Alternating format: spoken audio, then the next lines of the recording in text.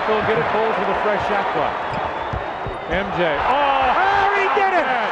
Michael shakes the finger.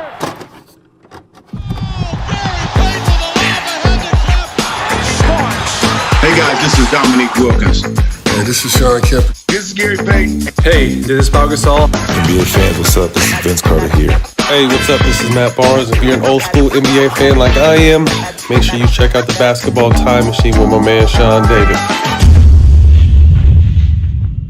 Hey folks, how's it going? Welcome back to the Basketball Time Machine and welcome back to your weekly dose of old school NBA basketball. In today's episode, I want to take a look at NBA legends giving their opinion about Michael Jordan, how great he was. And I know that there are countless videos like this, but there are actually some new clips that I found, so you might haven't seen them yet. But before we dive into today's episode, I want to ask you guys for a small favor. Please subscribe to the channel and also like the video if you enjoy the content. And if you want to see even more old school NBA stuff, find me on Instagram. All right, enough said. Now let's dive right into today's episode.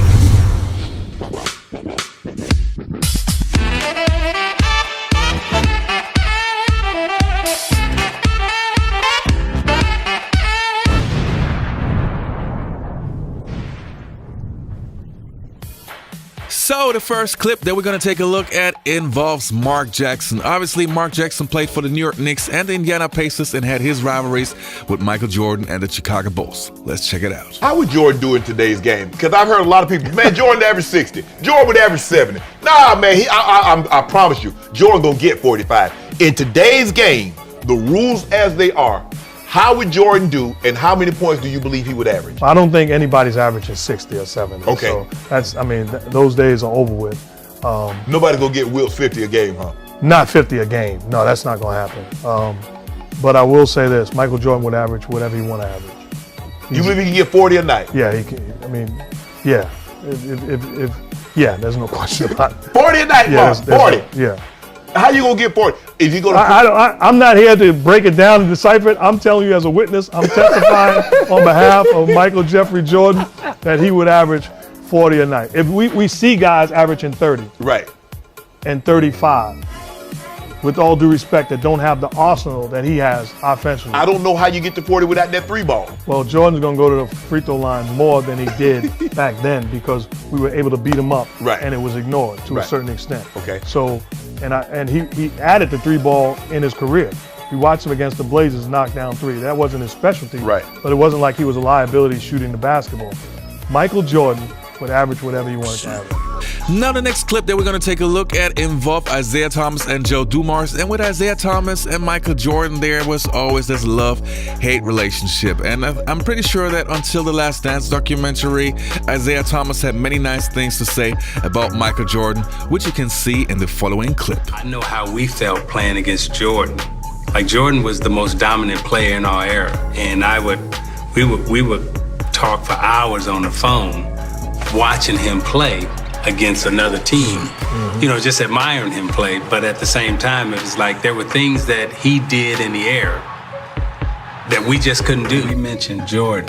Did you notice his body language?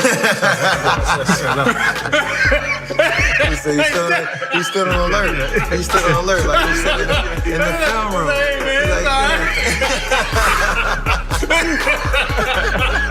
How was it like playing against MJ your rookie year? Shaking in my boots. First time. shaking in the first time I had to guard. I'm like, yo, man, first of all, let me go back. 1997, MJ them in the playoffs. I think they played against the Hawks, right? I'm at the game, playoff game. Bruh, I got an opportunity to go in the back by the locker room after the game. So I'm standing back there. I'm 17 years old, kid. I've never been around NBA players like this, or even, I've never been around somebody like MJ. So I'm standing back there, kid, and Pip comes out. All these players start coming out. Mike comes around that corner. Bruh, I ain't gonna lie to you. The man had a glow, bro. I swear, Mike, dog, that shit is real. I believe it. That shit is real. Now the next clip that we're going to take a look at involves Ron Artest, aka Metta World Peace, and he has something very interesting to say about what Michael Jordan would be able to do in today's NBA. Let's check it out. I was amazing defender. Right. And Jordan had 40. Right. So I'm like, what the hell is going on? Right. So you hear a lot of people say, well, Mike would average 40, Mike would average 50. In today's game, with the rules the way they are, you played in both eras. How many points do you think Jordan would literally average per game? Today? Today. Phew.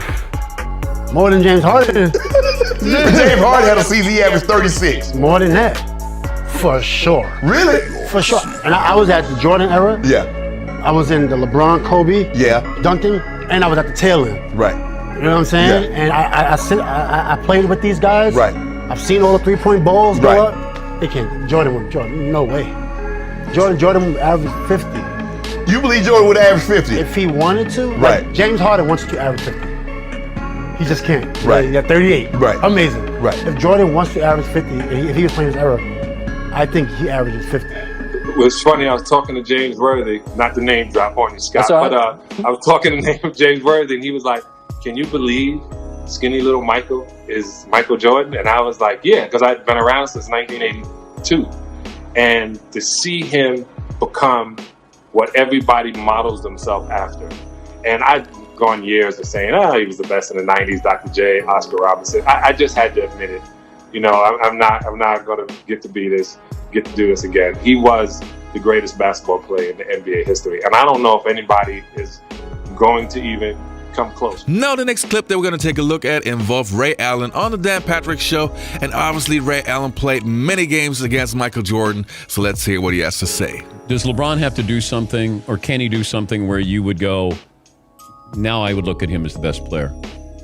No, I think he certainly, just off the cuff, he's certainly the top 5 of all time.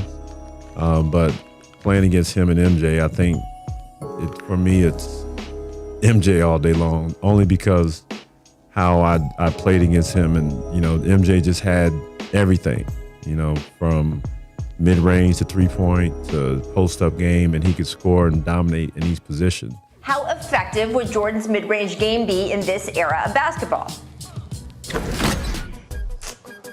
Jordan's mid-range in this era? Man, let me tell you something. Players always make the adjustment. He averaged 30, 32, 35. Man, come on. Jordan would average more points. And in an era where we shot more threes, who can forget that memorable finals game when Jordan made, 5, 6, 7 threes against the Trailblazers and gave them this? I mean, people act like Jordan couldn't shoot threes. He would destroy the league now. I mean, he would be setting all-time records. There'll probably be a season he averaged 40 in this era, especially the way he got to the line. His mid-range will be most effective. One game that, ironically, this may sound a little bit odd, but it's probably more than any other game. That's the game I look forward to the most. Because you knew that night you had to be at your absolute best. And so if there's something, anything, a matchup or whatever, that's gonna bring out the best in you, if you're a true competitor, that's what you really want. And so for me, it was the one game I look forward to more than any other game to play against him, because he was everything that you just described with LeBron. I was listening to you. Yeah. That's about the way it is. Yeah, like any slip up, any lull, any mistake that's made, you're gonna exploit it. You're gonna take advantage of it. So you had to be so keenly locked in, game plan, here's what we're doing, here's where I need to be. And you would be furious if somebody didn't rotate they were supposed to, because you knew, look, I'm trusting that you're gonna be there. And so, because if you're not there, dude's about to do some, he's about to do something, real freaky here. I mean, you witnessed it. Yeah, I saw it. I did. But I'm like, man, when people say he averaged 40, 45, I'm like 50. I'm like, man, do y'all know how many points that is? Yeah, winner takes ball. Winner take out. Winner takes ball. Okay, no, that one. So why would it never happen? Because Michael Jordan was all defensive first team 9 times. Okay. LeBron James was 5 times. Okay. Michael Jordan led the league. That's longevity. I'm gonna answer your question. Okay. So Michael Jordan led the league in scoring 10 times. Okay. 10. LeBron James led the league in scoring once. Okay. So I'm talking about a guy who's been the best offensive player and the best defensive player. All right, you guys, that was it for today's episode. I hope you enjoyed the content. Don't forget to leave a like and subscribe to the channel. And I'll see you next time on the Basketball Time Machine.